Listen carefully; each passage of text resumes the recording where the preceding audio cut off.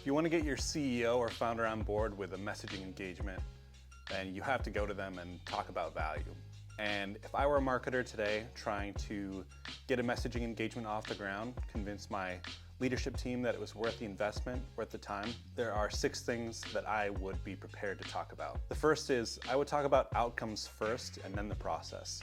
With CEOs and founders, they care less about how it's going to get done and more about what it's going to bring for the business. So I would focus on what you're actually delivering at the end of the process and how it's going to help the marketing team, the sales team, the product team, how it's going to help the organization change how they communicate and what tangible impact it's going to have on the business. The second thing I would communicate is I would show tangible value for all departments and teams and not just marketing. I think this is when messaging engagements fail, is when they're created in a marketing vacuum and nobody else in the organization really knows what's happening, why it's happening, how it's going to be used. And so I would spend time working with the leadership team, working with the CEO on the tangible value it's going to bring to the sales teams and other teams. So for sales, that might mean new enablement assets, it might mean new talk tracks, it might mean pitch certification, things that are going to help them in their daily roles. For the product team, it might mean better alignment around product launches and the way that you communicate differentiation with different features that your product has.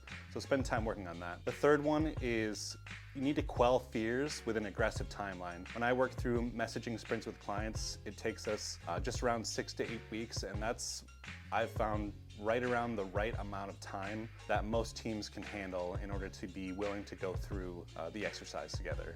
If you look at 8 weeks, you were to start it at the beginning of a quarter, you still have time to activate the messaging and start seeing initial impact before the end of the quarter. If you try to propose something that's just a never-ending, months-long process that takes 4, 5, 6 months, it's going to be really hard for your CEO or founder to stomach, and they're probably not going to want to do it. It's going to get deprioritized, and something else that delivers value and impact sooner is going to be prioritized. The fourth thing you need to do is bring in sponsors from other departments who are already bought in.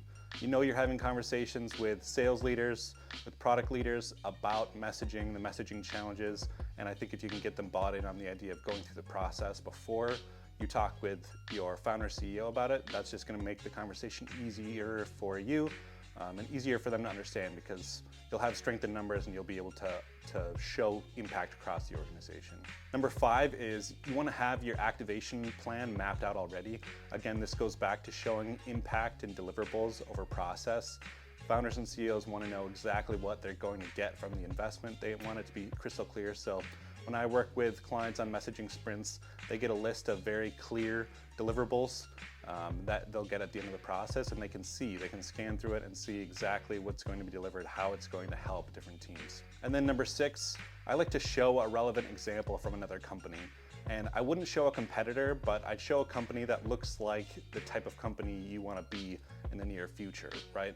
I think with founders and CEOs, from my experience, they like to say that they don't care about competitors, so if you try to convince them to do something based on what one of their close competitors is doing, they'll probably just shoo you away, not take it seriously. They'd rather lean into their differentiation and not pay attention to what competitors are doing. So I wouldn't bring an example from a competitor.